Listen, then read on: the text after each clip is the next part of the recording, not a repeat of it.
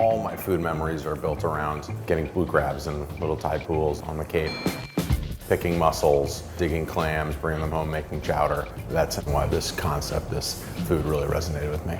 We just saw an opportunity to bring a little bit of technique to the New England coastal fare that's already just so codified. You know what a lobster roll looks like, you know what clam chowder looks like, and if we could just kind of tweak things just a little bit, then we could stand out or be a different voice in the conversation.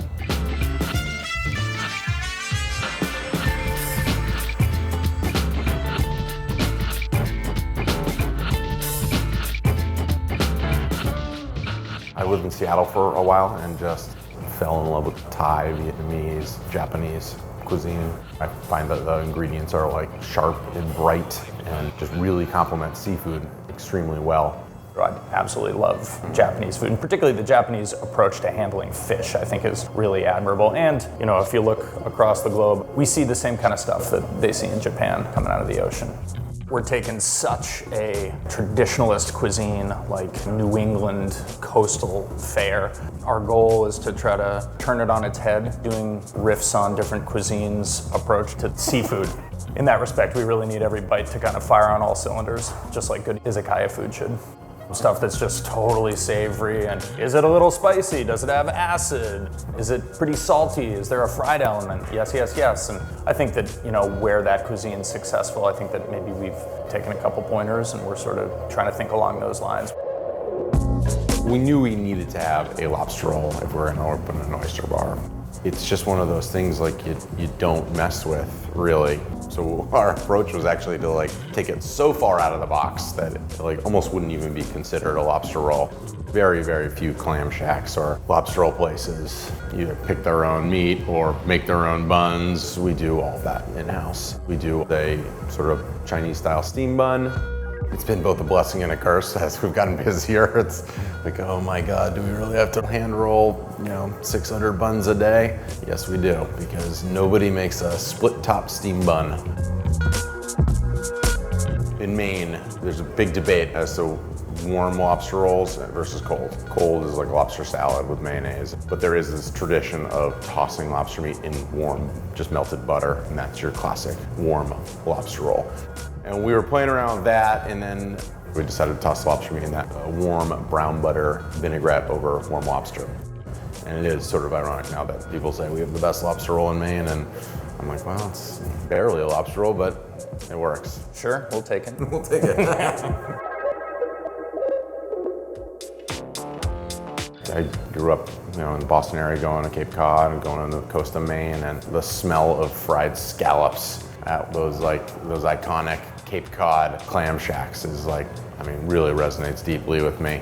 I've always been fascinated by caramelized scallop. It's a great tradition in Japanese izakaya restaurants to do these sort of pancakes or batter-based custards like takoyaki or okonomiyaki.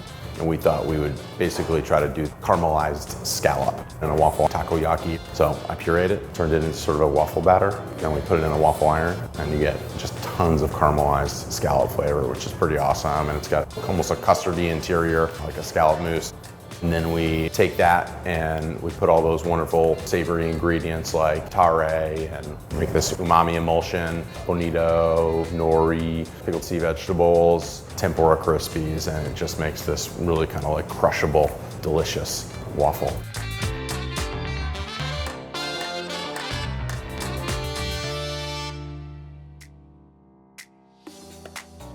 Oyster bars and clam shacks are always something that we've just really adored. A big part of sort of New England and New England culture. There is something so nostalgic about sitting on a picnic table on the ocean with some fried clams and also oysters. I would say 90% of the oysters we serve are from Maine. We do offer usually 4 to 5 varieties from away. Everybody always believes the oysters from where they're from are the best. They've got to be the freshest where you are, and that is certainly true here. These oysters have never been on a plane. They're usually never out of the water for more than 3 or 4 days before they get here, so they're impeccably fresh.